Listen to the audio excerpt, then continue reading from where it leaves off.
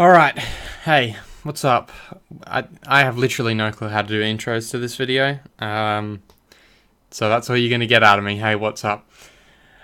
Back again for another video. This is episode 7, I think, somewhere along the line. I don't count. We've got a lot to talk about today, which is good for me.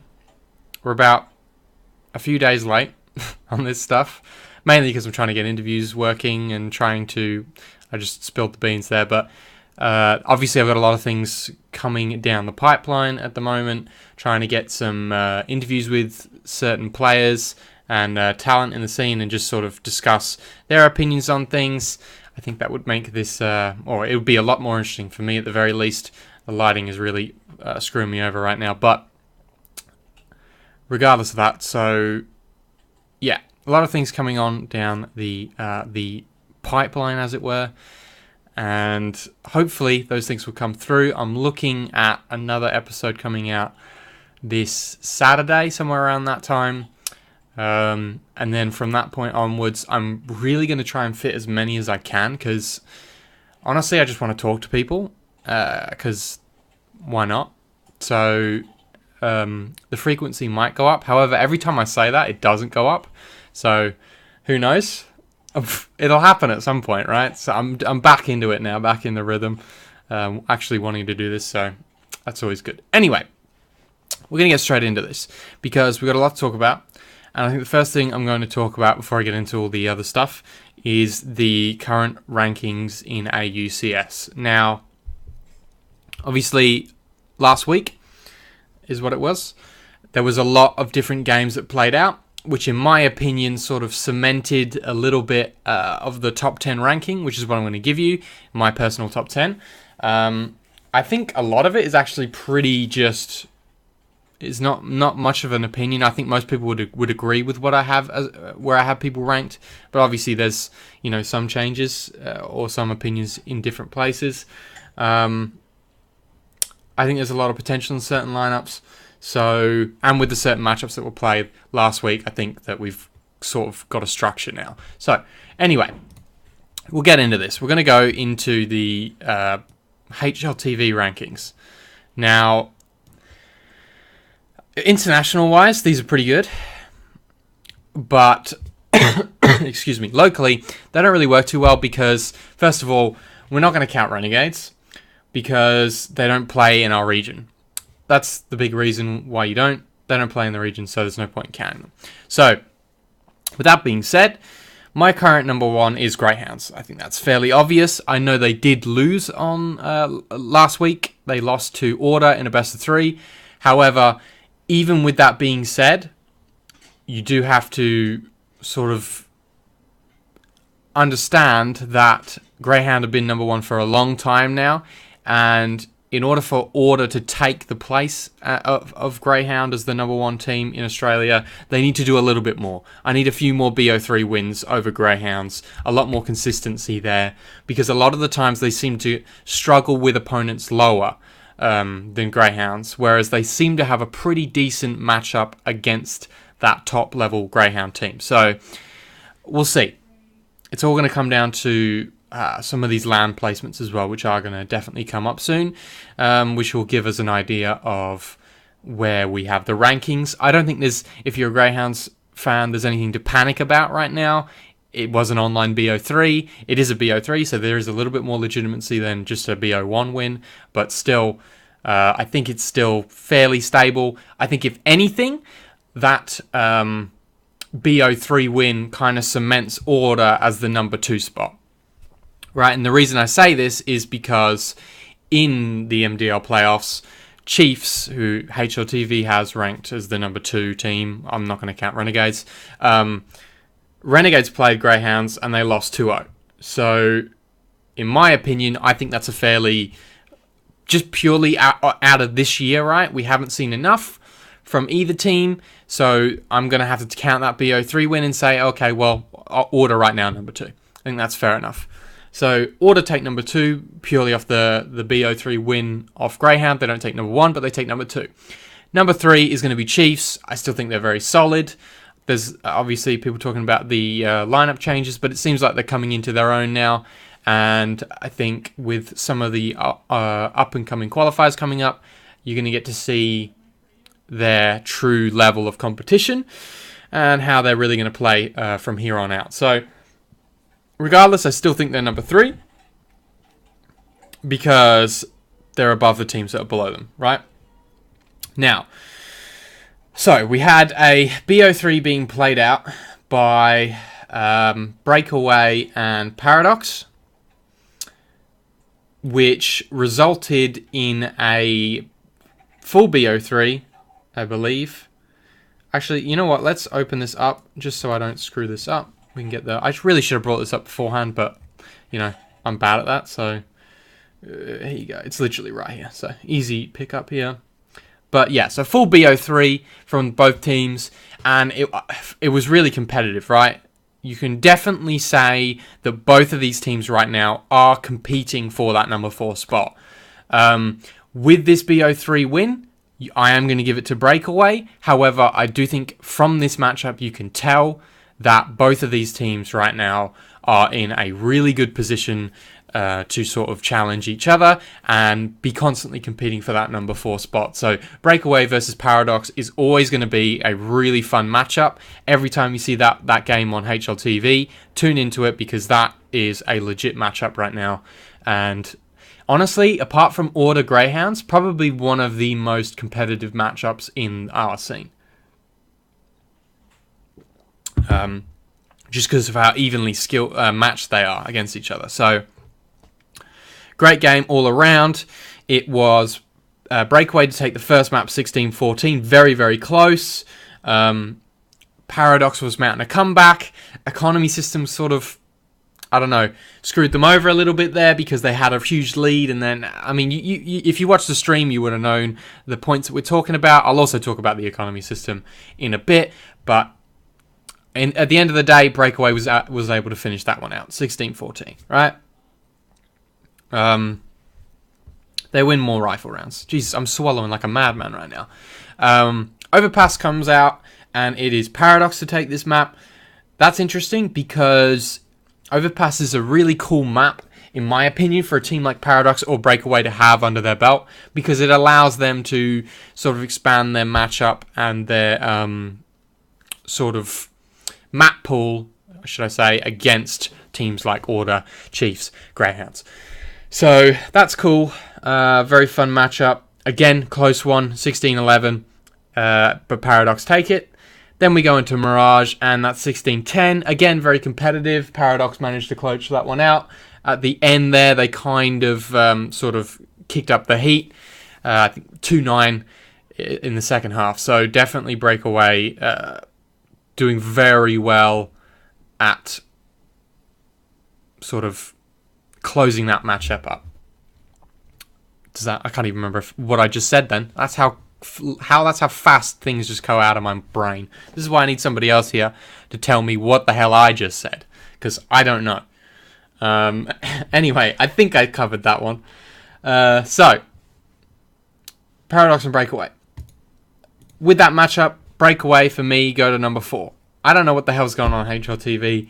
I don't know how they've ranked like Avant at number 5. Or that would to me be number 4. Obviously, I don't get that. Whatever. Okay, it's HLTV. So Breakaway make it all the way to number 4 with that win. Paradox at number 6. And then let me actually get my real rankings up. Okay, so Paradox at number 6. And then from that point, I have, for me, right now, with the very minimum that we've seen out of this new Avant lineup with APOC in it, I'm going to give them the number... I'm actually losing my mind right now. I think it's the number 6 spot. Is that correct? Jesus. Yeah, number 6 spot goes to Avant for me. Or Vant, whatever the hell you want to call it. I think they are a very good basics team. I think they have good matchups against both Paradox and Breakaway. However, this is a new lineup. APOC's a very good addition. There's a lot they can build off of with that player. So that one's going to come down to sort of results and seeing exactly where they're going to fit into the new positions, the new play or whatever. And then below them at number 7, I have Atletico. I'm actually just going to open this up here so that I can see this and not screw this up completely. So yeah, at my number 7 spot, I have Atletico. Now, Atletico are still competing very well, even without Chelios. Actually, okay, so the thing is, right, is that right now, Chelios is in the ESL lineup for Atletico. And because of that, they get a lot of wins that I don't know whether or not they would achieve without him. I mean, you only have to watch the... What was it? There was an Atletico versus Avant, was it? Matchup recently. Let's see if I can open that up for you. Where Chelios went insane. And I don't know if they even won that one. Let's see. Yeah, they did. 2-0. But on Inferno, he was just destroying. It went into... I don't even know how many overtimes that is. But it went deep overtime. And look at that. 66-44. Like, that's insane over the series for him to score that. So, this is the problem, right? When you look at that ranking, is that, for me, I have to count that. Because that's, again... It's a legit win, right? That's a BO3 win, and until Chelios leaves that lineup for good, I'm going to count those wins. So for me, Atletico right now are going to be at that number 7 spot. However, I think they could probably fall off when Chelios fully leaves that lineup. That could probably happen, right? Now, past that is where it sort of gets a bit shaky for me. Because we have to go 8, 9, and 10, right? So, for me, right now, I have my number 8 at Genuine. Now, the reason why I have Genuine at number 8 is purely off the... Let me close all this down. Is purely off the ESL Australia rankings right now. The championship that they're doing. The wins that they're getting. I think they're beating people that are underneath them. And I think that's why I'm giving them their spot. So as you can see right here, they are in the 3rd spot right now in Group A, with wins over Jade, Avant, and Ground Zero, I believe. Let's just confirm that, so I'm not talking out of my arsehole. Genuine 2-1 over Greyhounds, Genuine 2-1 over Jade, and they got wrecked by Greyhounds. Okay, so they haven't got a win over Avant, but still Jade and Ground Zero, which is, yeah, you'll see. So, for me, right now, they are at that number 8 spot, purely off the wins that they have in the ESL League. Obviously, they are not in MDL, so you can't really count any of that stuff. However, regardless of that point, they are, for me, taking that number 8 spot off the ESL wins. So, at number 9, underneath them, I have, now, this is probably going to be controversial, but Jade, right? So, I'm not going to look into all of the bullshit that people say about, ulterior information that comes out about these teams. I don't care about it, right? All I care about is results. That is what I'm doing this ranking off. I don't, my personal opinion or anybody else's personal opinion doesn't really play a factor into who I put at what ranking. So for me, Jade are number 9, right? And that is purely because of how well they played, how well they have played in this ESL AUNZ Champs, right? They've played well here, okay? Let's have a look at their results, so we can again not talk out of our ass. So let's see. So we'll start from the beginning. Jade. So they 2-0'd Atletico, which again is a serious result because that's Atletico with Chelios in it. Let's confirm that again. I keep saying things and then I go, am I right about that? No, it isn't. Okay, so that's Atletico without Chelios in it. Jesus. Who knows what the hell's going on anymore? Anyway. So, They 2-0 Atletico. Again, legit result regardless. They get 2-1 by Genuine. Again, that's a result there. And they get 0-2 by Greyhounds. However, if you actually look at this matchup, this is a lot closer than what I would have originally seen. Inferno, not so much. But Cash, they were winning at one point. So, again, off the results, off the pure results, and how they've competed against opponents that are in this top 10, I'm giving them the number 9 spot off of those results. Which leads me to my final team, which is going to be Ground Zero, who in my opinion are going to take number 10. Now, why do I have them against teams like Surge and Fighting for Freedom? I haven't seen enough out of Surge or Fighting for Freedom. That's why I have them there. In my opinion, they have some better results in MDL. So that's what's going to put them there. I think all three of those teams, Fighting for Freedom, Surge, and Ground Zero, are all on the same level. I think that they'll probably be taking each other on. I don't know how close those fights would go. It would be nice to see them, so you could get a better idea of who's taking that number 10 spot, for me at least. However, right now, just purely off MDL results and Fighting for Freedom and Surge not being in MDL, Ground Zero are going to take the number 10 spot. That's off results, right? They haven't won a match right now in ESL. And the loss against Chiefs, although they came back on Nuke, they did not win Nuke. So yes, maybe there's some changes that they could make on Ground Zero that could benefit them and move them up the list. Right now, I go off results. I haven't seen the results, so they're number 10 for me. With that being said, I think that pretty much covers my rankings. I'll go over it once again for clarity's sake. So, at number 1, I have Greyhounds. At number 2, Order. Number 3, Chiefs. Number 4, Breakaway. Number 5, Paradox. Number 6, Avant. Number 7, Atletico. Number 8, Genuine. Number 9, Jade. And number 10, Ground Zero. So that's my current rankings right now. These things will change as we play matches out.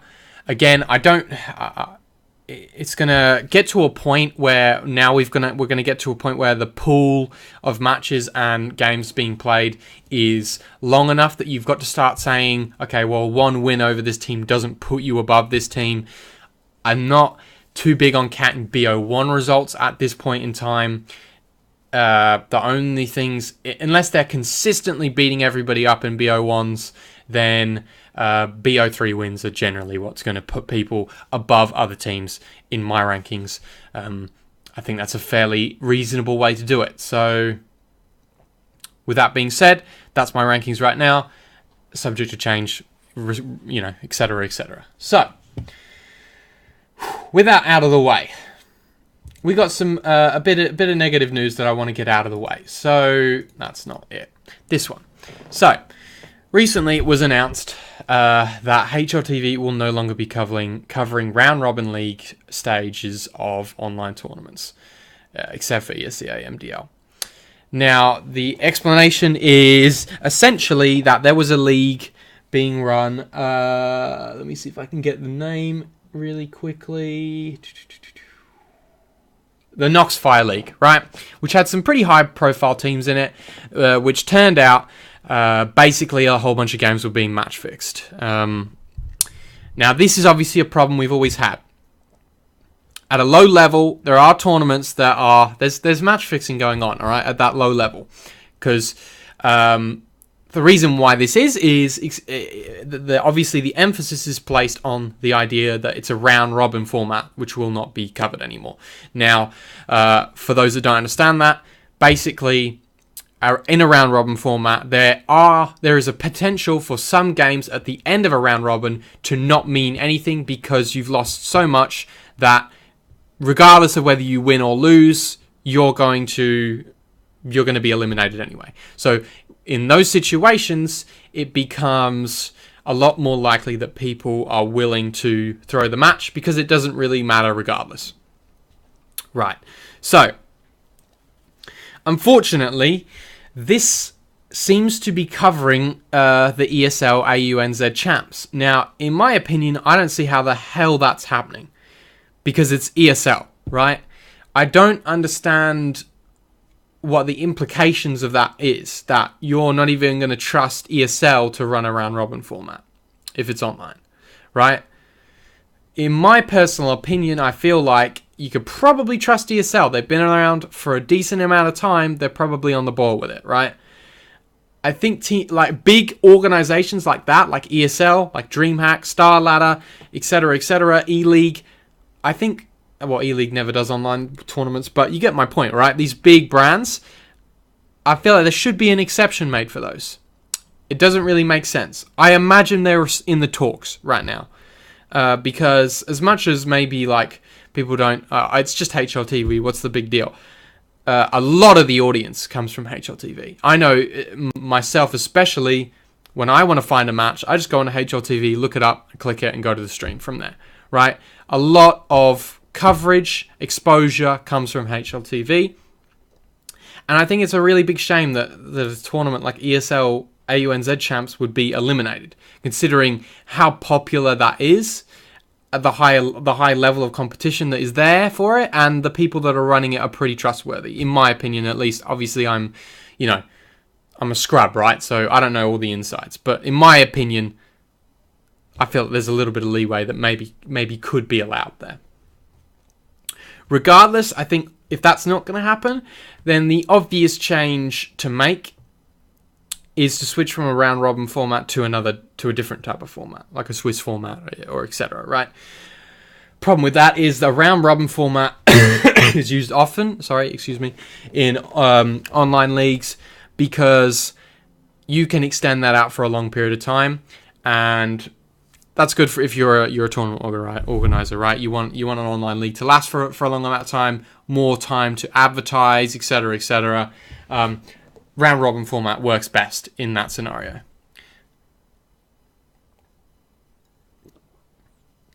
Now,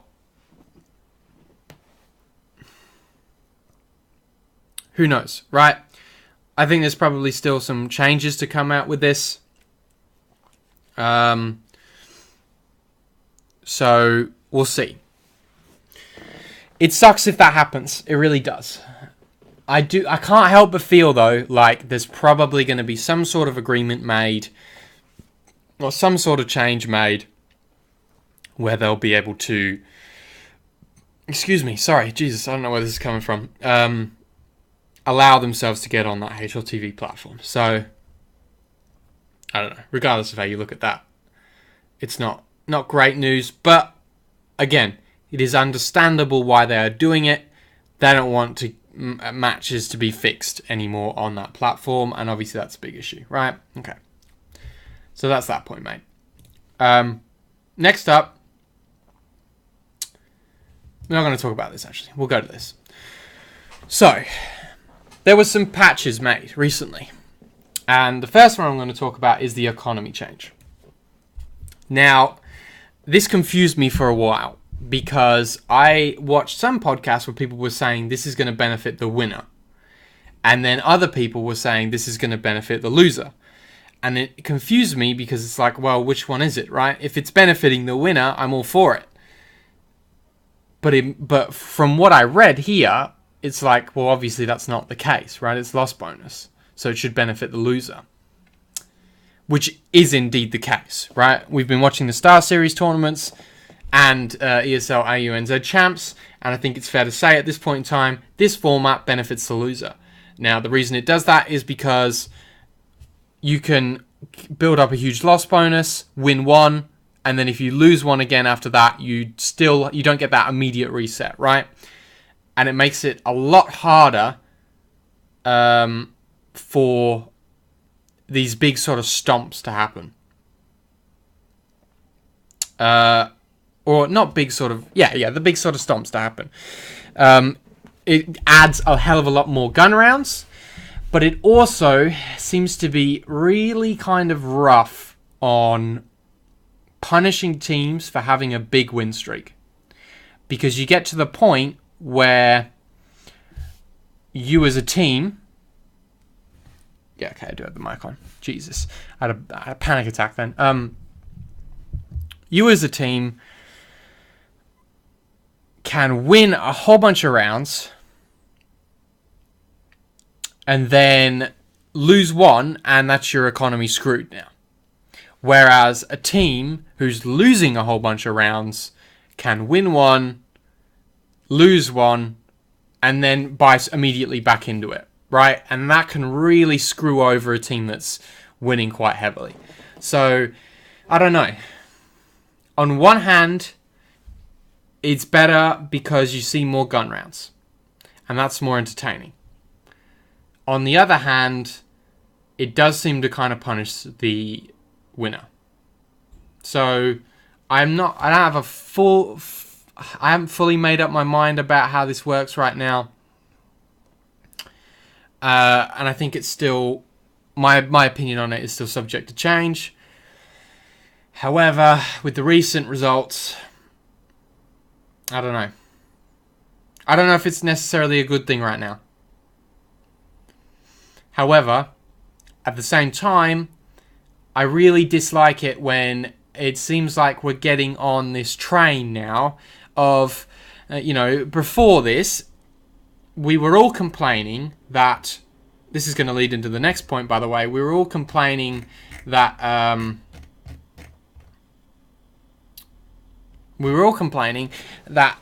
CSGO never updates the game, alright, and they don't pay any attention to us, and we never get any patches, and when we do, they're horrible, etc., etc., etc., right? Now, over the last few months, we've gotten some extreme attention, right? This is probably the most active I've seen in a long, long time, where they're patching quite often. And now, with these changes coming in, suddenly everybody's complaining. All right, oh, why have you changed this? Why have you changed this? Why have you changed this? Now, I don't have any problem with criticism. That's fair enough. But it gets to the point where it's like, okay, guys, are we just whining because there's changes? All right? Especially with this Vertigo map, but also with the economy. I understand that people want to be, maybe you saw this coming, right? But I think at the very least, you probably can sit back, chill out, watch some matches get played, and then give an actual constructive criticism as to why, with examples, why this economy system doesn't work the way maybe they wanted it to. However, that doesn't ever happen. The update comes out, everybody's on Twitter complaining. That kind of it's a little bit annoying, because you got to make your mind up, right? Do you want changes? Do you want an active developer, or do you not? You've got to make a decision here. And this leads into Vertigo, right? Which in my opinion is not a bad change. You remove cash. Now obviously I have some bias because I don't like cash. I think it's a boring map. I don't know. That's just my opinion. I've never liked that map. Vertigo's going to come into the pool. And immediately everybody's complaining. Everybody's saying, oh, it's a horrible choice. Why have we done this? Etc., etc. Oh, geez, this is a horrible decision. This map's not ready for the map pool. I do feel like it is a little bit interesting. Okay, I could be wrong about this, but it seems a little bit interesting that as soon as Vertigo gets added to the pool, suddenly everybody's a Vertigo expert. Suddenly everybody's playing Vertigo from the very beginning of CSGO, and they know or they were all playing Vertigo yesterday and know exactly how the match plays out with the current changes to it, right? So, I mean, maybe I'm wrong, right? But I feel like it's a little bit interesting that suddenly we're all experts on Vertigo, even though I guarantee there's probably a lot of people that haven't even touched that map. And with all the recent changes, have not played that map with all the recent changes to it. Now, with that being said though, I have played Vertigo in its current form in the competitive matchup. And it is a bit rough, okay? It's really quick, really, really fast. This map does seem like it's going to tend itself into being an incredibly fast game, where you might see it's going to be common to have sub 30-minute full regulation games, because you can get onto these sites so quick as a T. You can get onto B site like that. Like, it's insane how quick you can get there. I think there's a little bit of an issue with that. However, I remember when Overpass came out and how broken of a map that was. I remember playing Cobblestone for a long ass time, and every iteration of it, even though people played it a lot, it wasn't that good, was it? Let's be honest, that B bomb site is absolute garbage. It really is. And yeah, you get some pretty interesting matches, but I mean, actually, I don't know if it's interesting matches. It's more clips, right? Because I think some of your opinion is generally a little bit skewed on it because you remember the snacks clip, and you remember the NIP rounds on it, etc., etc. You remember the Olafmeister Tech 9 clip, and you get a little bit jaded on how garbage that map really is. Now,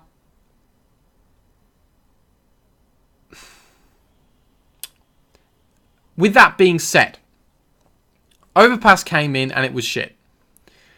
They've made a lot of changes to Overpass. And now it's one of the better maps in the game. For sure.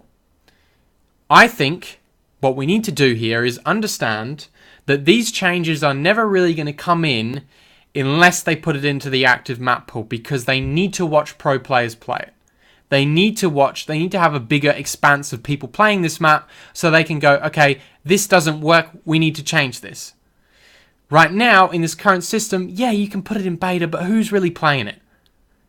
What, some silver scrubs that are playing it because they're just having a bit of fun? I'm sorry, but you're not really getting much great criticism out of them. So, in my opinion, yeah, okay, the map's not great. Sub-Zero would have probably been a better addition. There are maps that probably would have been a better addition to the pool. However, it is really good to see a new map make its way into this active map pool. This has not happened in a very long time.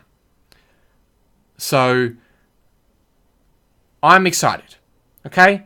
Yeah, it's going to be rough for a bit. But let's just allow it to play out. Let's allow these matches to come out. Let's allow the changes to follow in. And then we can make a judgment on whether or not it deserves to be there. And if it doesn't, fine. But let's not go in on a witch hunt immediately, talking about how this affects players' careers. It doesn't. It's a part of the game. If you can't change your map pool, then I'm sorry, but that's a part of being a competitive player. So let's not go out and be like, oh, this is outrageous because people's careers rely on this. Yeah, they do. But a part of the game is being able to expand your map pool. Okay? So let's not have the same maps for all eternity just purely because you don't want to ever have to change how you play a map. Let's chill out on that. I think that's all I have to say about that. It needs changes. Don't get me wrong. I'm well aware the map needs changes. But I think it is still a good sign that we are getting new maps into the pool. I think it is a good sign that the devs are finally paying a little bit more attention to this game and trying to change things out for the better. I think the next obvious big change is to get rid of pistol rounds and just start people on 16k. You're still going to get eco rounds, but I just feel like right now, at this point in time, do we really need this eco round? Do we really need this pistol round to come in?